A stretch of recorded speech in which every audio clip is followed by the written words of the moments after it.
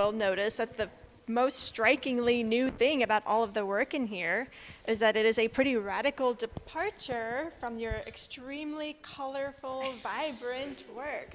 So can you talk a little bit about your decision to paint everything white? Yes, I could.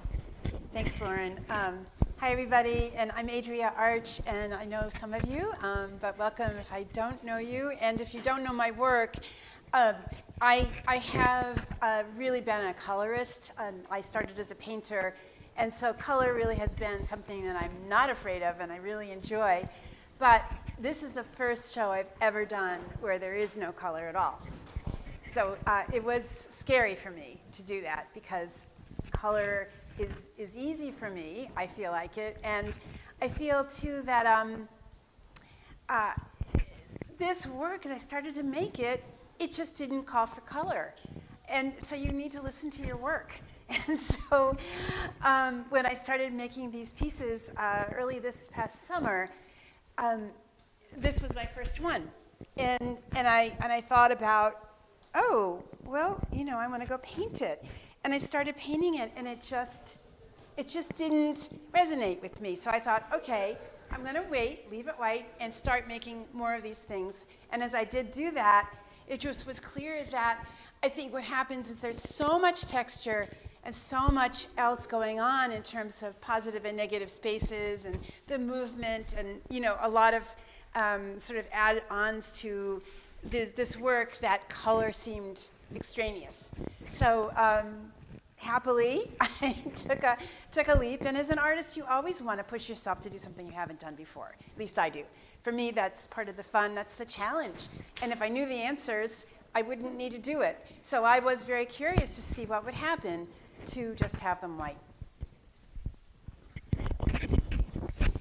I have a lot of questions about the presentation here. And the first one, I think, is this one here. I think this. They are kind of freestanding. So is the motion of these works important to them? What does that mean? Yes. So Lauren was asking if the motion, and actually both of these spin. They are attached to motors on the ceiling, and they are both programmed to spin very, very slowly and to change direction and to be very intermittent. So the idea is that you're in this space, and suddenly you notice something turning out of the side of your eye, and you're a little bit surprised by it. That is exactly what I want to happen. Motion is important, and I'm so inspired by dance. I think, you know, dance is, for me, you know, the most eloquent art form. I love any kind. And so a lot of these forms are, you know, sort of inspired by movement, inspired by, you know, a sense of movement anyway, even if it's not actual movement. So I guess I wish I could make all of these move if I could. I would have liked each one of them. And some of them are actually on wheels. And so, you know, the next iteration will be little Roomba motors on them moving around the space. I really did want to do that. But yeah, I think for me, movement means life. Movement connotes liveliness and life. So how does that, I'll let you interview me. How does that affect, if at all, how you see viewers interacting with your work, thinking about movement? I want to provide an environment of delight and wonder for people so that, you know, to remember what awe can feel like, or to remember what a mystery can feel like. And so, you know, for me, part of the kind of fun and the thrill of having something moving, even just a little bit, you know, I think it just makes it that much more interesting for the viewer, and that much more, you know, drawing you in. So that I deeply want people to look, you know, underneath these things and above them and through the holes and have an interaction, a physical interaction with the work, not just a head, an intellectual engagement, but a physical engagement. And yes, you can touch, yeah. Is that like a one-day only touch special, or is this like? Yeah, it is a one-day. Yeah. You don't want to push too hard, but you can certainly touch. Yeah, because they're a little bit wonky, but yeah. I also wanted to ask about the sort of quote-unquote platforms that they're on. What do we make of these? Yes, so they have platforms, and they are rather ephemeral kinds of platforms. But for me, what they do is they tie this whole installation together, because I want it to be read as a whole, as opposed to, here's one sculpture, its name is this. Here's another sculpture, its name is this. They might relate, but they, it's not necessarily so.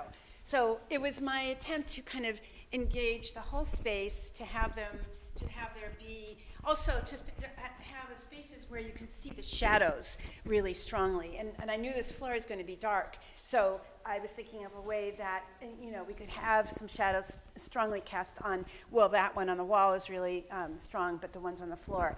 So that was really the reason, is to tie it together, let people know this is to be read as a whole.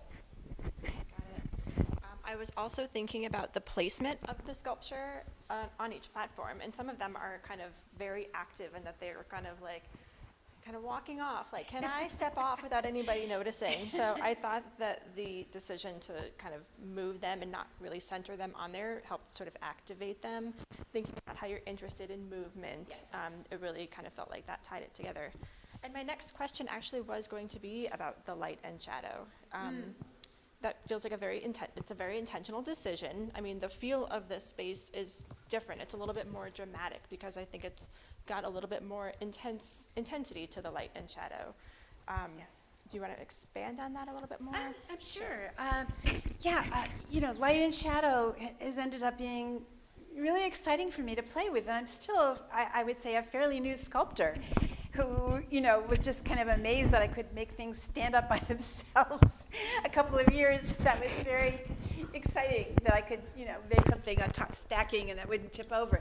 But then further, what happens when you have a space, this is what you can't do in painting, at least not physically anyway, is to play with the shadow, have shadows that actually move on the floor, and then, just create a set of value tones. In other words, from white to gray to black, simply by light.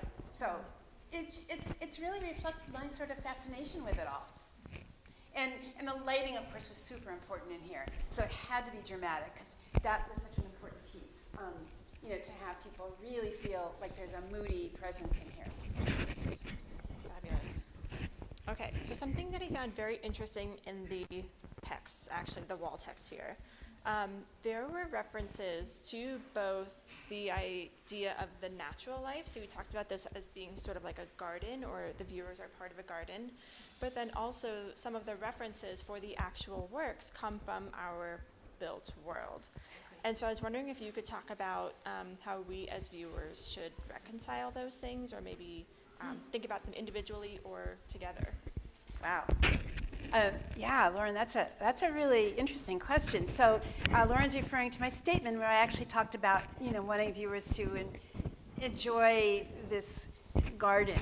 And I think I was using the word garden kind of loosely, in that it's a garden can be, a place of course for growing things, but maybe also, a sort of a place aside, a place set aside for a kind of moment. So for me, it's not literally like these would be necessarily growing in the garden. I think that was really more intention. But yeah, I am inspired. I mean, I'm a city girl. I drive, I walk, I take transportation all over the place, and I'm looking at the built environment. I'm looking at architecture, looking at Boston bridges, and I'm looking at trellises in people's gardens, and I'm looking at the traffic markings on the street all the time. There are these crossbars, and there are these sort of triangles, and it's everywhere. And so, as you can see, the slats and the sort of almost ladder-like things, and this was my sort of ode to a trellis, and this is my ode to a crazy chandelier. All of it kind of gets in there, and part of it is, having fun trying to make my own version of these things, but also, kind of taking off from them. So they are trellises, but they're really not a trellis. That is a chandelier, but it's not at all a chandelier. Living in the Southwest, there's amazing cactus growths, with all kinds of things growing out of them. And I think that's, come out in some of this work, where almost like a prickly pear branching out, or some of these sort of prickles coming out reminds me of that landscape. So I think that's kind of what you're seeing here. And, I just wanted to say, too, that this work's sirens are seductive. The sirens of the Greek mythology were the women who sang beautifully to the sailors who then, crashed on the islands and, came to their deaths. So, but seduction, which is what I see in some of these forms, which are sort of traditionally flowery or feminine, and then these really tall sort of guardians or sentinels that are like protectors. So I feel like this is about both seduction and protection. Is that a comment on today's society? Oh, yes. It is definitely a comment in today's society. Seduction and protection, exactly. Great, thank you for that. And that was actually going to be my next question, was to talk a little bit about the title.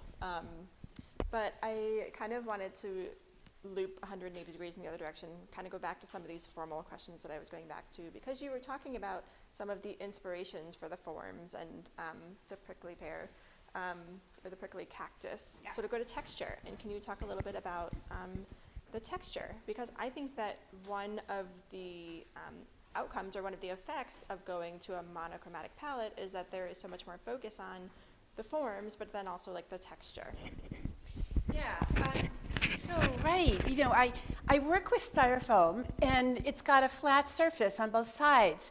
So what do you do with something that's kind of bland?